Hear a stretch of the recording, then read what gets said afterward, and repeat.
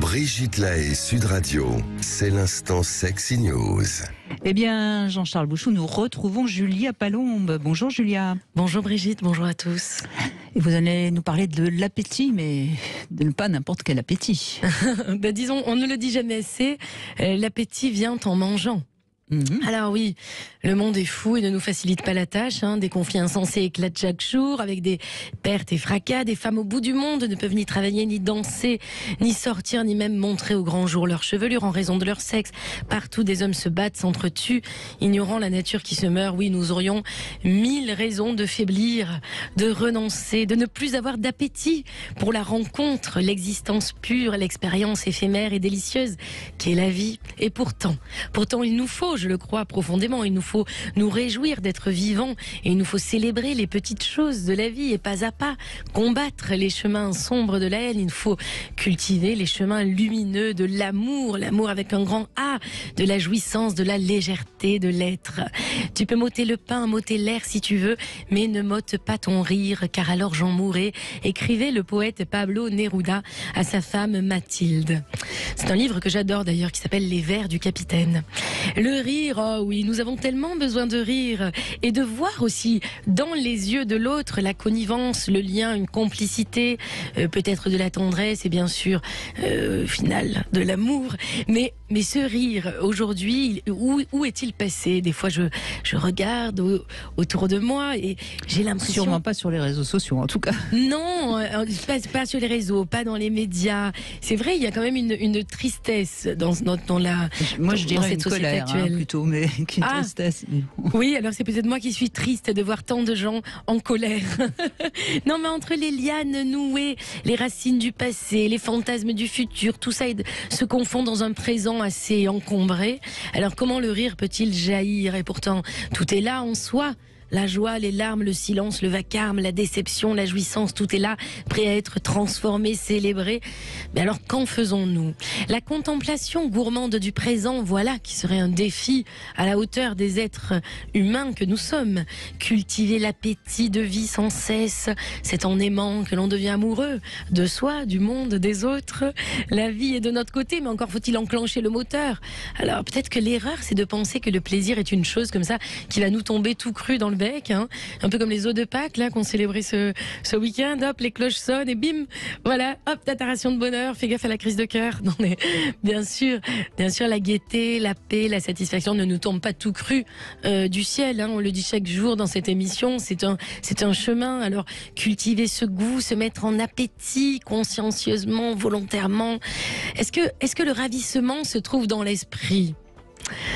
C'est une question que je me suis posée, et moi qui suis danseuse, le corps évidemment, enfin danseuse à la base, le corps me parle beaucoup. Aujourd'hui, là on en parlait dans cette émission depuis le début.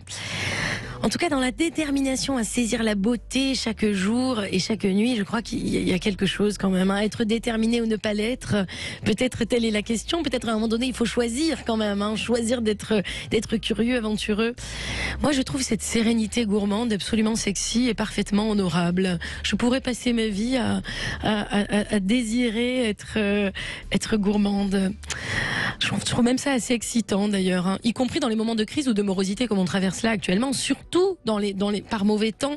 Il nous faut défendre l'appétit, car c'est toujours pareil, au moins tu manges, au moins tu as faim, au moins tu aimes, au moins l'amour se régénère en toi, au moins tu désires, au moins tu as de désir. Alors là évidemment je pense à toutes mes copines qui me confient, mais oui mais j'ai pas très envie, mais oui mais bon, le problème c'est qu'au plus tu t'éloignes de ton corps et du corps de l'autre, au moins tu as de chances de retrouver le chemin.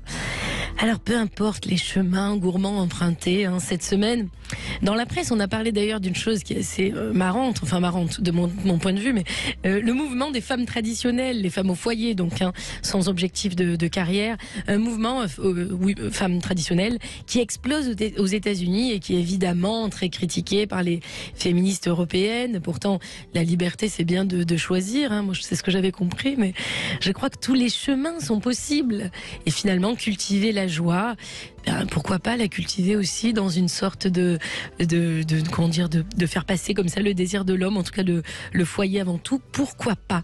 Moi, j'embrasse aussi ces femmes traditionnelles. Je pense pas que ce soit forcément un retour en arrière. Je crois que tous les choix sont possibles. En tout cas, voilà. J'avais envie aujourd'hui de garder vive la lueur à l'intérieur de nous, sans juger, sans prétendre mieux connaître l'autre. En tout cas, défendre, oui, le moindre scintillement, le petit reflet de lumière. Parfois, il reste presque pas grand-chose, mais si on s'y accroche à cette lumière, on peut peut-être y arriver. Alors, restons curieux, toujours de la vie de nous-mêmes, de l'autre, à tous les étages et de manière la plus entière qui soit. Voilà, l'appétit vient en mangeant. Alors, attachons nos serviettes autour du cou, chers auditeurs, et dégustons, tant qu'il en est encore temps, cette expérience de vie qui nous est accordée. Bon appétit, à la semaine prochaine. Merci Julia Palombe. Oui, et je trouve que, en effet, cette lueur qu'il y a dans l'œil, je ne sais pas si vous êtes d'accord, Jean-Charles Bouchou, mais quand vous regardez quelqu'un, en général, on se regarde les yeux dans les yeux. Il y a des gens, il y a cette lueur dans l'œil, et puis il y en a, elle semble éteinte. Elle n'est jamais complètement éteinte, je crois. Mais pas de notre vivant. Donc c'est ça. Mais parfois, il y a un tel voile dessus que. Oui, il y a des personnes qui se sont absentées. Et c'est complètement parce que parfois on confond avec la méditation où je dis s'oublier soi-même, c'est pas s'absenter de soi, c'est au contraire se rencontrer soi-même. Ben oui, c'est remplir le vide en soi. C'est ça. Oui. Mais on dit que les yeux sont les fenêtres de l'âme, mais il y en a qui ont parfois fermé les volets. Oui, c'est ça. Ouais. Oui, heureusement, voilà, de notre vivant, on peut toujours quand même au moins ouvrir un peu les persiennes. Ben oui, ça serait bien. Et c'est vrai qu'il suffit de se redonner un petit peu envie, quoi. C'est que ce soit pour la nourriture, la sexualité, enfin d'aller se promener. Enfin, c'est pas en restant affalé dans son canapé en regardant les chaînes d'infos qu'on va ouvrir les volets. Ah, je crois pas, non. Au contraire, même. Bah oui. Mais moi, j'observe quand même, oui, autour de moi, beaucoup de femmes et d'hommes qui me disent non, mais je veux pas me forcer, comme si. Peut-être se forcer, c'est pas le bon mot. Peut-être effectivement, il faudrait plus insister sur se rencontrer soi-même, sur remplir. Mais moi, ça me dérange pas le terme forcer. Moi, il me dérange pas non plus. On va se forcer à aller faire un peu de gym. On va se forcer à. Oui, parfois, je dis se faire violence. Oui. Moi, ça me gêne pas. Il faut réamorcer la pompe, quoi. Réamorcer la pompe, mais c'est ça. C'est une parole d'homme. Non, parce que moi, je vois les pompes à eau. Moi, je voyais pas la même pompe, moi non plus. Comme par hasard. Quand elle était désamorcée, il fallait faire rentrer de l'eau pour réaspirer.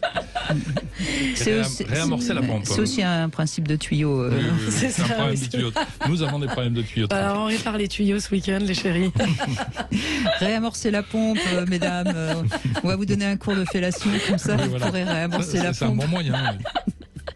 Ah oui, c'est un bon moyen de repartir sur les chapeaux de roue, c'est vrai. Oui. Mon réalisateur a l'air tout à fait d'accord. Jamal a l'air tout à fait d'accord avec le. Il veut bien qu'on lui réamorce sa pompe ce week-end. Ne rougissez pas, Jamel, ne rougissez pas, s'il vous plaît. Bon, en tout cas, Julia Palombe, on peut aussi réamorcer la pompe en allant vous voir. Il reste 2 dernières soirées parisienne, donc le samedi 15 et 22 avril. C'est à 21h30 au théâtre Montmartre-Galabru, mais c'est presque complet de toute façon. Alors, oui, mais allez vite regarder sur les sites. Des fois, il reste des places de ci, de là, et venez réamorcer les pompes.